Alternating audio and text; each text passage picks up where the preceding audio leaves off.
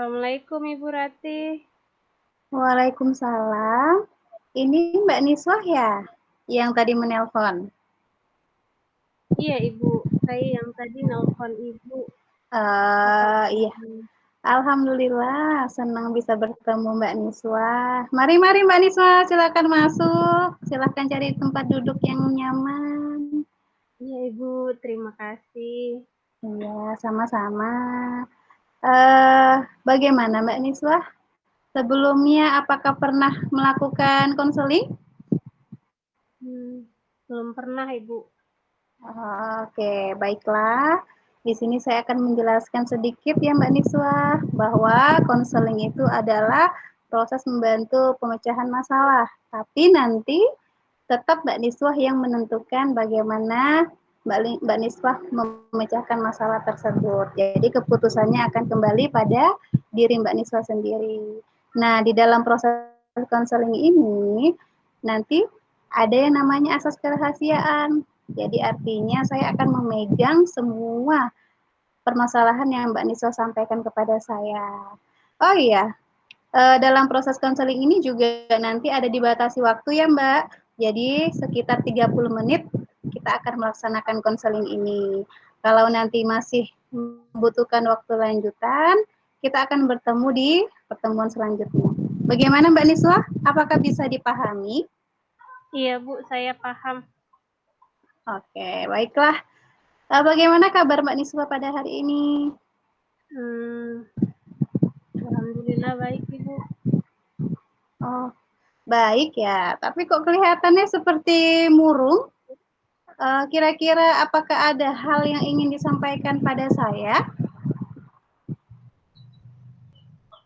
Jadi begini Bu, saya kan punya anak, tapi Ya. tinggal sama mertua saya. Jadi saya biasa kepikiran terus. Takutnya dia tidak mau sama saya. Seperti itu Ibu. Oh, seperti itu. Kalau boleh dijelaskan, sudah berapa lama Mbak Niswa jauh dari anak? Saya jauh dari dia sudah sekitar 6 tahun, Ibu. Jadi dari Oh, pertama saya lolos CPNS di sini,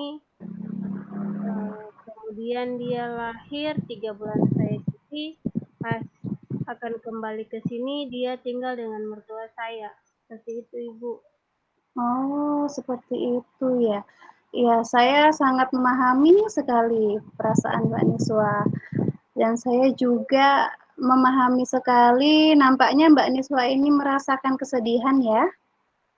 Iya, Ibu, saya sangat sedih karena tidak bisa tinggal sama dia. Seperti itu, Ibu.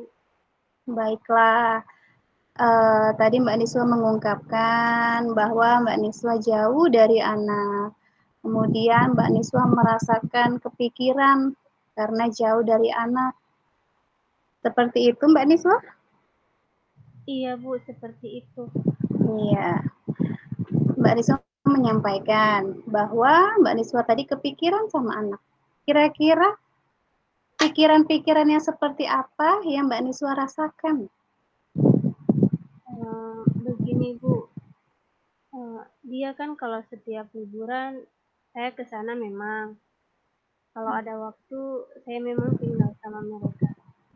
Tapi di saat misalkan saya ke rumah orang tua, dia tidak boleh ikut.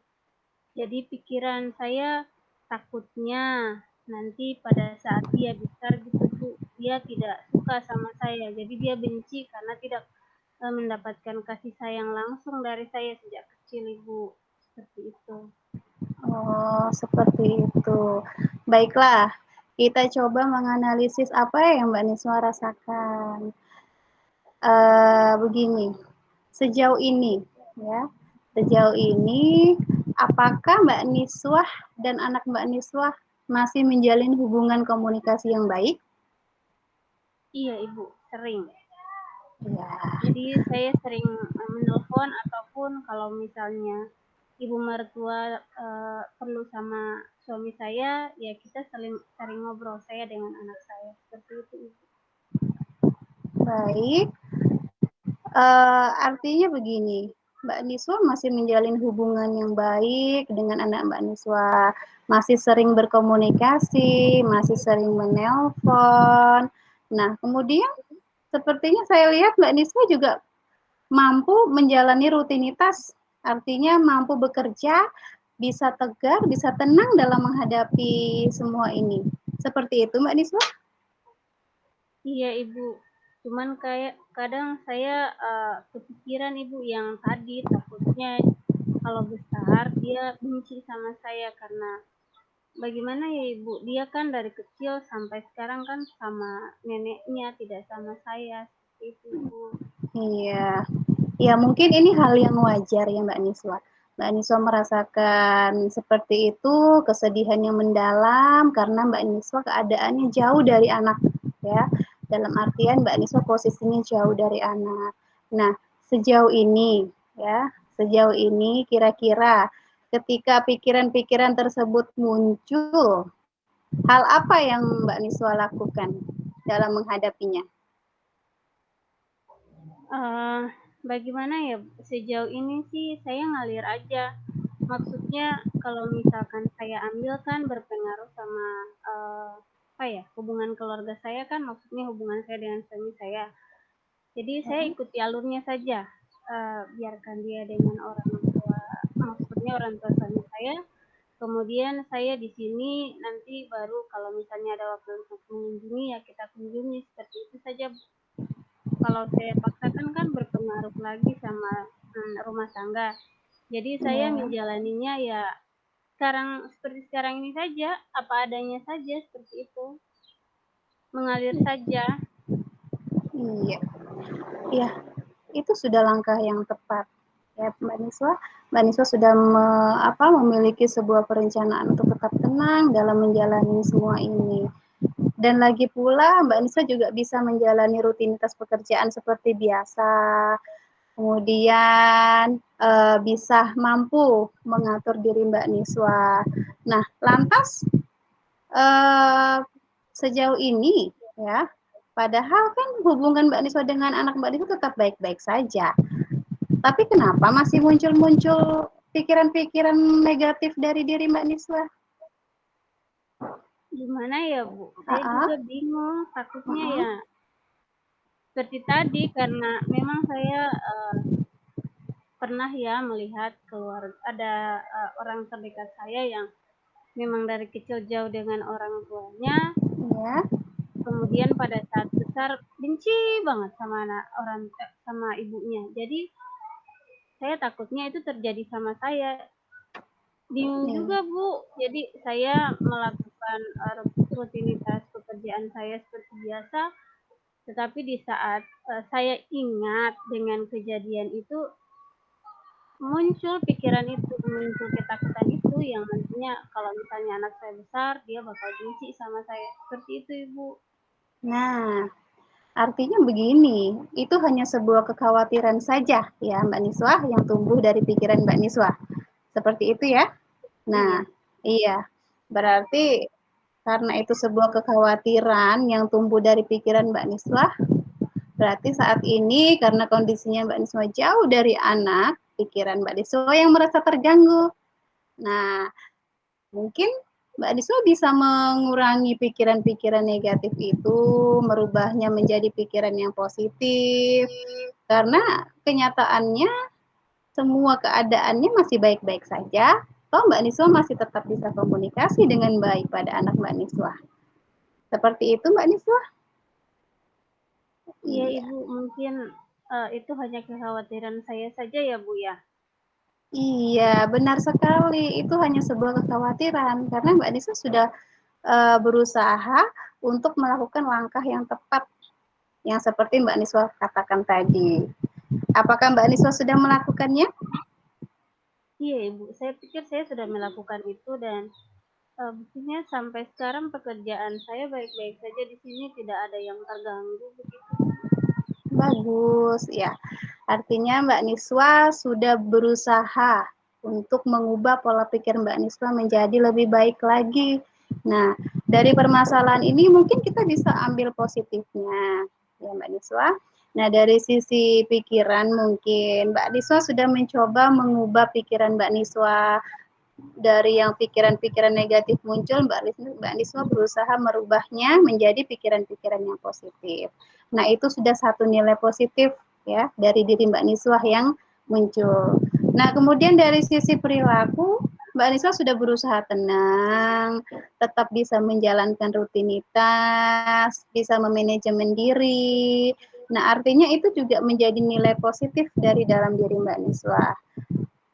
Apakah Mbak Niswa merasakan ada perubahan dalam diri Mbak Niswa?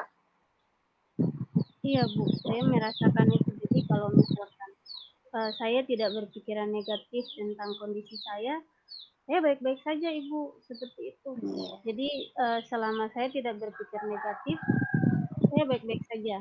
Tetapi di saat saya mulai berpikir yang negatif, berarti saya down gitu, saya sedih. Jadi saya paham, berarti yang harus dirubah itu pola pikir saya ya. Saya tidak boleh terlalu berpikiran negatif dengan kondisi saya. Seperti itu ya Bu ya. Iya, benar sekali Mbak Niswa. Jadi seperti itu. Jadi tinggal Mbak Niswa bagaimana caranya mengatur pola pikir, memanajemen diri sesuai dengan langkah yang Mbak Niswa sampaikan tadi. Lalu bagaimana perasaan Mbak Niswa sekarang setelah kita melaksanakan proses ini? Saya merasa agak lega Bu. Jadi ternyata yang harus saya rubah itu pola pikir saya dari yang berpikir positif dan negatif ke cara berpikir yang lebih positif. Saya merasa lega Bu dengan apa yang Ibu sampaikan tadi. Saya harus merubah pola pikir saya. Terima kasih Bu atas arahannya. Seperti itu Ibu. Iya, terima kasih juga saya sampaikan kepada Mbak Niswa karena Mbak Niswa telah menaruh kepercayaan pada saya karena sudah menceritakan permasalahan yang Mbak Niswa alami ini.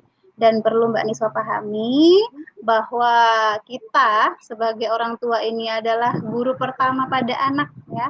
Artinya yang mendidik dan menanamkan karakter pertama kali itu adalah kita sebagai orang tua.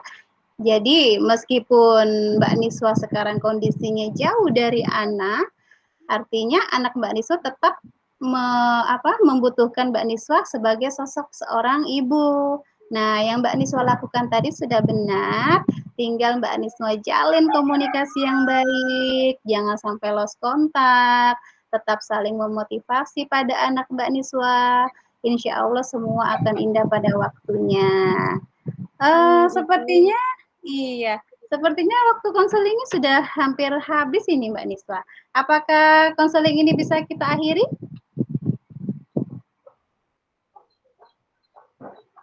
Iya Ibu, saya sangat berterima kasih atas hal baik yang saya dapatkan hari ini. Ibu, apakah lain waktu bisakah saya datang kembali jika saya merasakan sesuatu yang tidak baik-baik saja terhadap diri saya, Ibu?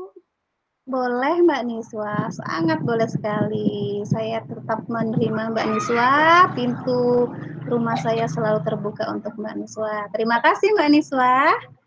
Baik Ibu, kalau begitu saya mohon izin pamit ya Ibu. Sekali lagi terima kasih atas waktunya Ibu. Iya. Assalamualaikum Bu. Waalaikumsalam warahmatullahi wabarakatuh.